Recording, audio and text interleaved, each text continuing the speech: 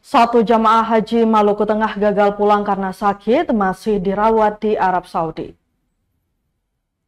Seorang jemaah haji asal Kabupaten Maluku Tengah dilaporkan gagal pulang ke tanah air setelah mengalami sakit selama pelaksanaan ibadah haji di Arab Saudi. Jemaah haji tersebut Hadijah Elilumakapul, 85 tahun, warga desa Asilulu, Kecamatan Lehitu, Kabupaten Maluku Tengah.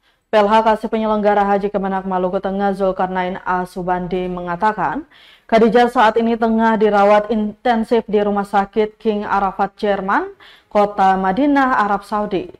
Selain Khadijah, ada satu jemaah haji lainnya yakni Ayuni Kelihu, 84 tahun, asal desa Angus yang juga mengalami sakit.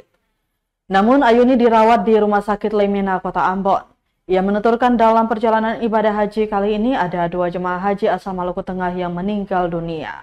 Mereka masing-masing almarhum H. Gustiari Pawai asal desa Tamilo, Kecamatan Amahai, dan almarhum H. Hamid Latukonsina asal Dusun Ori, desa Pelau, Kecamatan Pulau Haruku.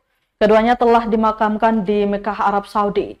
Diberitakan sebelumnya bahwa jemaah haji asal Maluku Tengah telah tiba di Kota Masohi Selasa 16 Juli 2024 siang tadi pukul 12.50 waktu Indonesia Timur dan telah dilakukan seremoni penjemputan oleh Pemkab Maluku Tengah di Gedung Islamic Center Kota Masohi.